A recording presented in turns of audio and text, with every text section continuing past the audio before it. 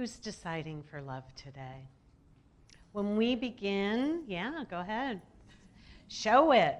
Be proud of it. It is Pride Month after all, right? Let's be proud of the love of all beings that we share.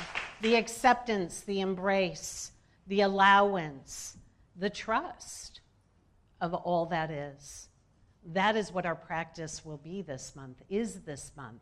This idea that love heals all things. Not some things, not this, but not that. It says all things. It's an absolute proposition, meaning there are no exceptions. And so the question then becomes, as I go through my life at least, I'm thinking, where do I withhold love? Where do I not believe the statement that love heals all things? And then when I become aware of that, when I make the decision for love, when I say love is my religion, when I no longer need to sparse out the differences that are out there in the world, but I can join in the place that most all agree upon, that it's got something to do with love. It's got something to do with peace, with joy.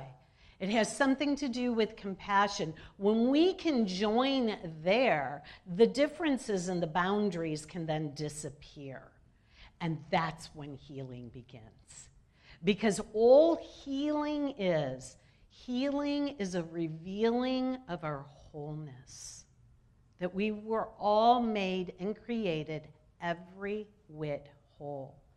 Choosing to have a human experience which inserts within it a sense of separation from that wholeness.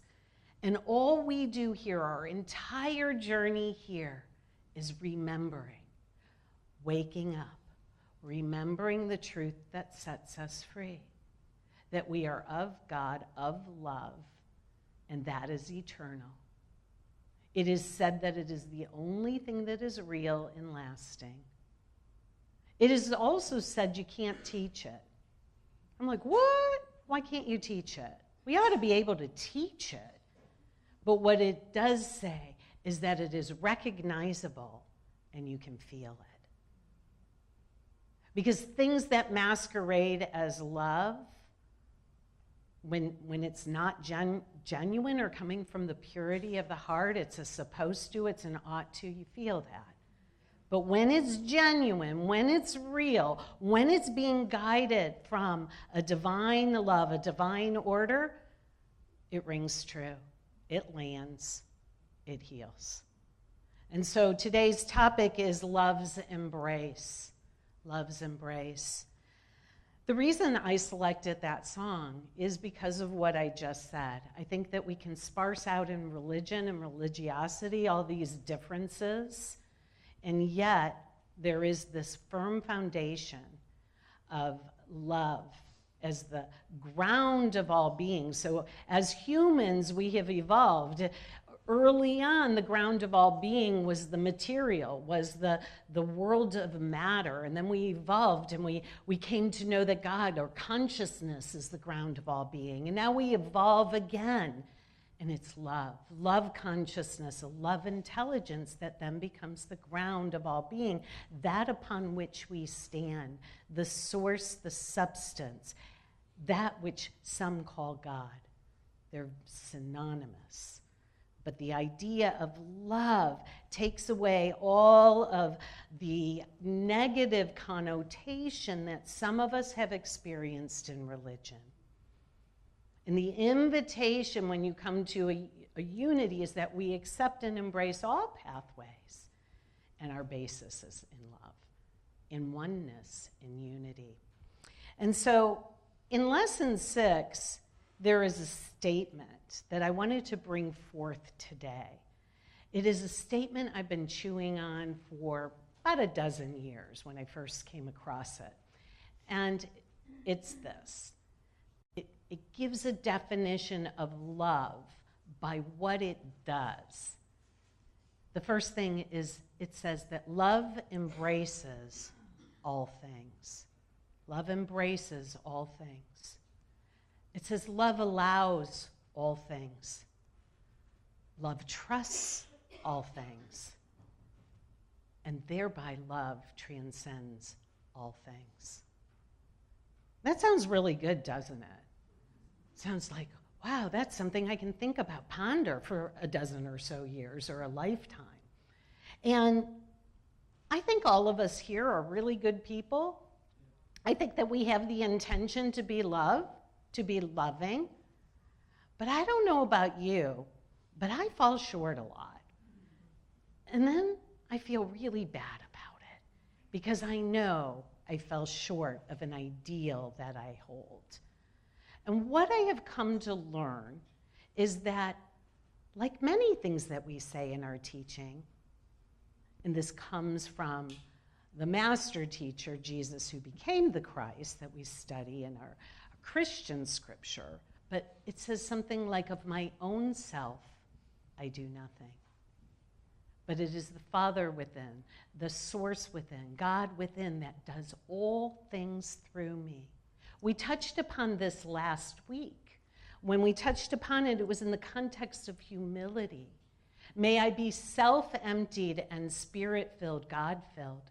May I offer my entire being, everything I think, all my thoughts, all my fears, the way I think things ought to be, the way I think you ought to be.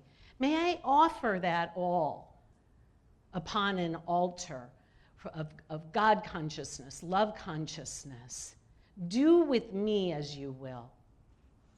It's a humbling of aligning myself with God consciousness. It's saying, I know I can't meet that standard. How do I embrace? Somebody came into my office this morning to say, does Reverend René know about something that happened in her hometown? And apparently, I guess, she didn't.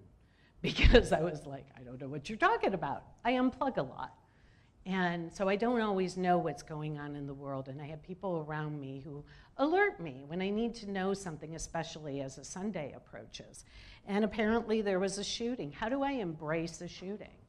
How does love embrace a disease? How does love embrace pain?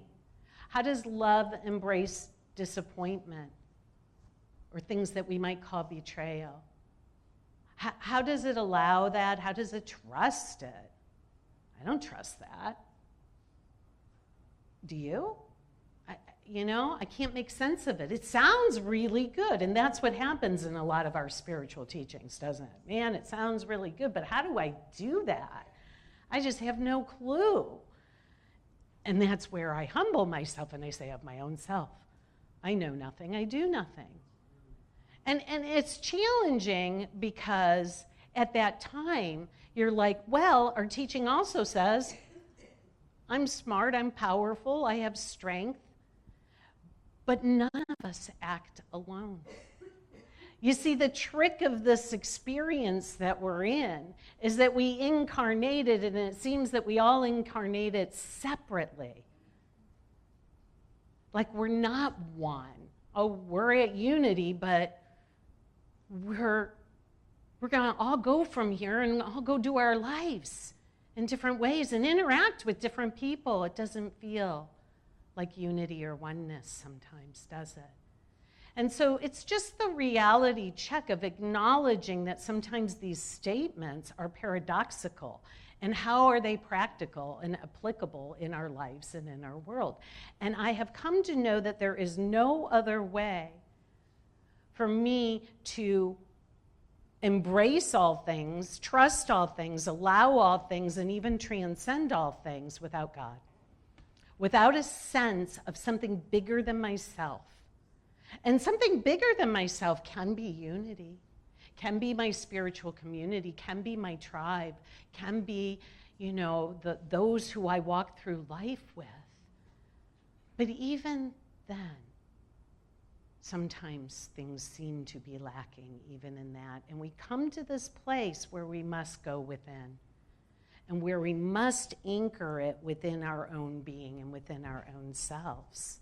And so the idea then becomes, if we're created in relationship and we're created in love, it's almost like being a fish in the sea, you can't really separate yourself from it. And you've heard the story where, one fish says to, another, have you been to the ocean? Have you seen the sea? And they're like, no, where is it? Where is it? Well, we're swimming in it. But we're swimming asleep, or we're walking asleep, and we don't know it.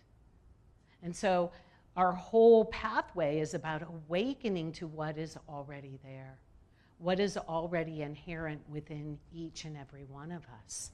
And so we're created in relationship, and we might celebrate that, but sometimes I don't. Don't people just sometimes annoy you? I mean, isn't it sometimes challenging being in relationship? Isn't that sometimes the very thing that we have a hard time embracing? Others? Or the appearance of others? Or allowing them to be the way they are, just as they are, without trying to fix them? Or trusting them? No way, I'm not going to trust them, It's like all of these. I mean, if we're just being real about this, how can we arrive to that? And so we are built in relationship, and it is through relating that love becomes the avenue through which we actually reach one another. It's how we connect with one another. And so anytime I'm having trouble with all of those things I kind of allude to out in the world, I always back up a step. Can you back up a step kind of in your mind? And when I back up a step, I'm like, well, how am I having the experience of embracing myself? How am I allowing myself to be me? How am I trusting myself? You see, if everything is a reflection of what's going on inside of us, it's all a reflection of our own relationship with ourselves. Right? Yeah. And so how is that relationship? So I've told the story of my first spiritual teacher before. Her name was Forenza. And it was when I moved from Kansas City to California, and I heard her on a cassette tape. And I heard Reverend Michael Beckwith celebrate her, bring her up on stage. It was her 80th birthday, and I couldn't see her, but he said, this is what prayer, meditation, and spiritual practice looks like when you're 80. And I just imagined her, this radiant, beautiful, fabulous woman, and I ended up moving out there, and she was my spiritual counselor. And I was living in Culver City, California, and I'd go down the hill to, there's not a hill, but I'd go down towards the ocean to Santa Monica, and that's where she held court. And she was the first person in my adult life, outside of any family member, when I sat with her, I knew completely that I was loved. I cannot tell you how healing that was for me and everybody else. Down the road when she transitioned, I remember going to her ceremony, and everybody who spoke said how special she treated them. And I remember sitting there going, but I thought I was special. And I didn't even speak. I was like, well, I have nothing to say. And all these years later, I get to speak about the impact of this one person's love on a whole community by choosing, so this is our invitation, choosing to be the presence of love. Now, she chose to be a presence of love in a manner and way that was consistent with who she is. Everybody has a different way of being the presence of love. We each have unique gifts and skills or desires of the heart. And when each of us choose to be the presence of love, We each fill a need for another that brings forth healing. That's unity. In unity, there's multiplicity and diversity. But when we come together, it's oneness. All needs met, nothing lacking, healing, wholeness. And so that first step is that self-love. I'm backing up a step. And one of the things Ferenza taught me, she would give you little statements, and you had to contemplate them. And the statement I kept getting was, to thine own self be true. To thine own self be true. Do you know that still works me today? And what I have come to know is that when I'm true to the desires of my heart, the first key to the kingdom, following love, following the desire of the heart, when I am true to myself, it's good for everyone. It's called being divinely selfish. It isn't a negative selfishness. It's positive, because then I'm not people-pleasing. I'm not being manipulative. I'm not doing ought tos or should, and then having a resentment later. Ever do that? Do something you really don't want to do because you think it's loving, but you forgot to love yourself first.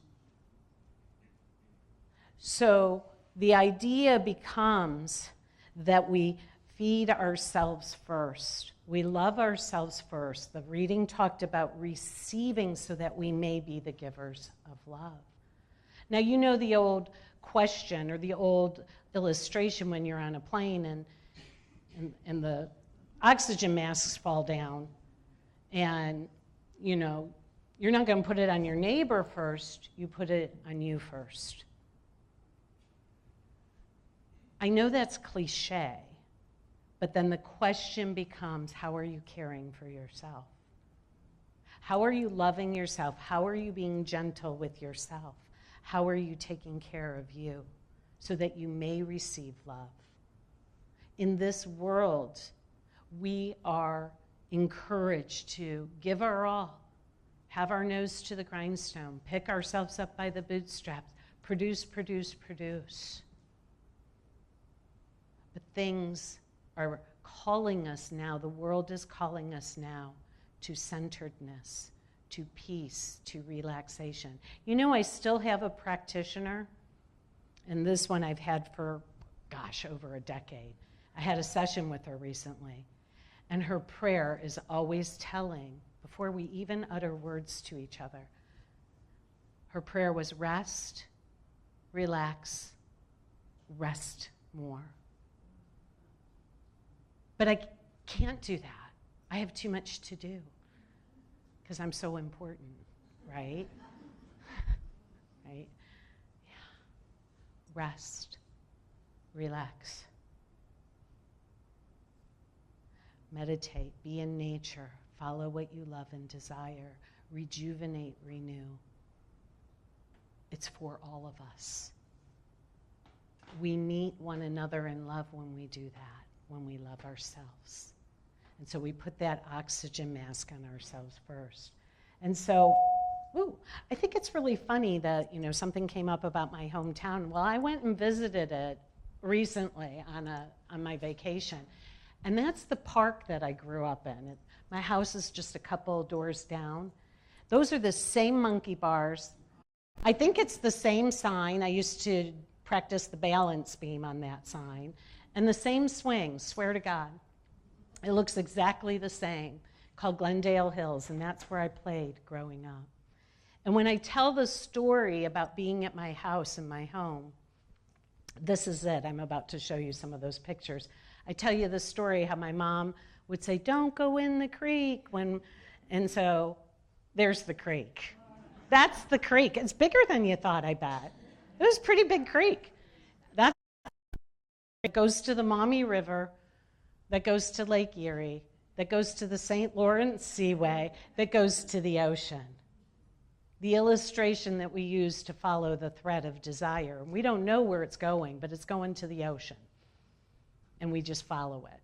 And so that's my mark up there. And we went to go visit, and this is the house. Now somebody else is living there, and they put a fence around the yard, so I'm like peeking in through the back. I came up through the back. Usually I used to be going out that back door down into the woods and the creek, but we came up from the back. And that tree used to be about this big, about that big. That's the tree that we would play hide and seek. Hide and seek. That tree was home base. And I remember, you know how you play hide and seek.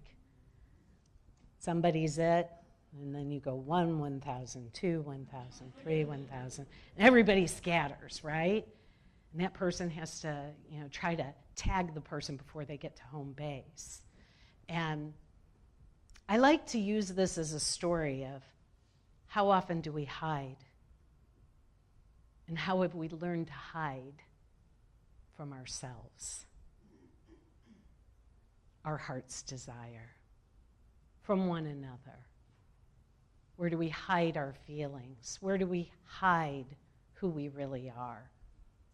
You see, when we do that, we can't be a channel for love because we're not loving ourselves. And so the encouragement is that when we think about love and being the channel for love and being a servant to love, we go to home base. And at home base, we take care of ourselves. We put the oxygen mask on us. We rest, relax, and then rest some more. Because y'all have done good. Say, I've done good. I've done good. I'm doing good. It's okay to take a break. It's okay to rest and relax and to allow ourselves to be fed and loved. This is a quote from a Unity teacher. All problems, challenges, or whatever we may choose to call them, stem from this one basic problem, the inability to love ourselves totally and unconditionally. I see a lot of nodding. Give yourself a hug right now. Everything you've been through, all the scars, any area that you thought that you failed in, has only been a teaching and learning mechanism so that you may remember who you are, so that you may remember you're on a journey and you are loved, that you are loved, that you're loving, you're lovable right now and forevermore. So tap your own shoulder. Say, I'm loved, I'm loving, I'm lovable now and forevermore. Now tap your neighbor's shoulder. You are loved. You are loving. You are lovable now and forevermore. So you can't change up on that. Can't change that. It is what it is. Embrace that. Allow that. Trust this. And transcend anything that says something otherwise. Love's embrace. Embrace it. Allow yourself to be who you are as spirit, what you are as Christ. Servant of love, which is why you are here. Trust yourself. Self-trust. You are being guided. You don't need to take any more polls. You don't have to ask any more opinions. Trust yourself, your divine self within you, that you may transcend any sense of separation in the world. Allow the definition of abundance to include giving yourself the space that you have in your life for rest, rejuvenation, naps. Any nap takers here? My mother took a 20-minute nap every afternoon. Every afternoon. Taking long breaks, practicing stillness, doing nothing Nothing. Breathe in. We've had this illustration before. Quit looking outside yourself for the source of love. It is within you. It is the only source that there is. We can cease seeking for it somewhere else. Choose to be found. Say, I choose to be found. I'm not hiding and seeking anymore.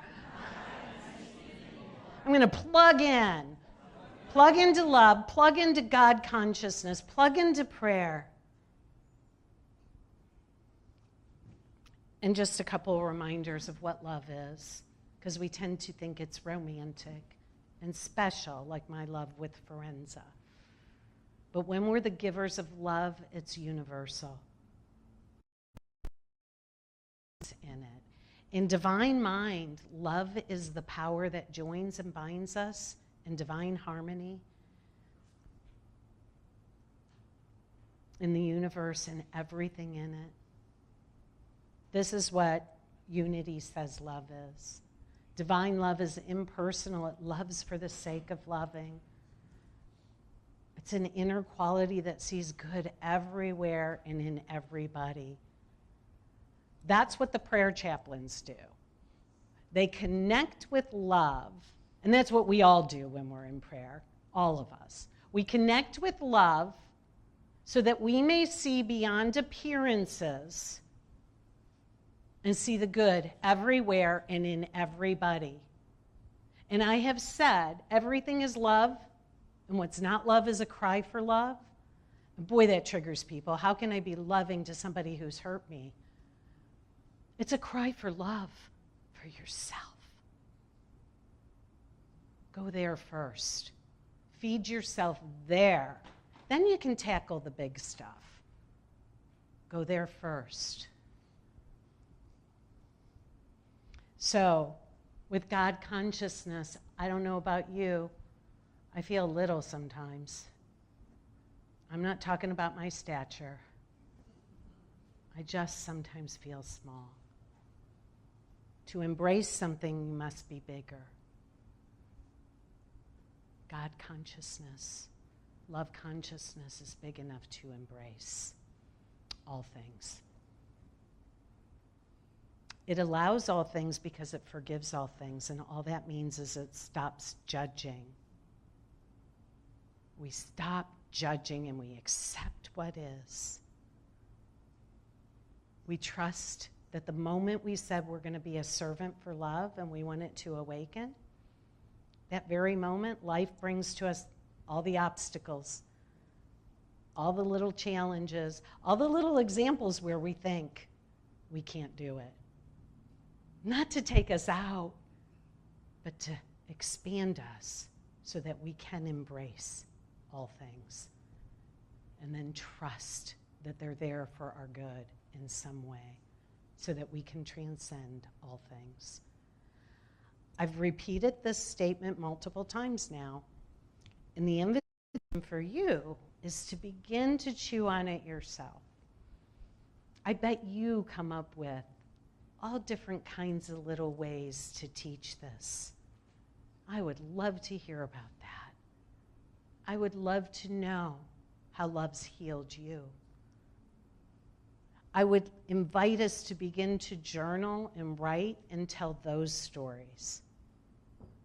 Tell the stories about how this community, your circle of friends, loved you so that you could love yourself, so that you could then say, I'm going to be a teacher of love. I'm going to be a servant of love. If this community, just a handful of us commit to this, but I think we all are, look out. Look out world. Look out life. Look out unity of Renaissance. Something wonderful and magnificent is happening. And it's all because of love's embrace. And so it is. Amen.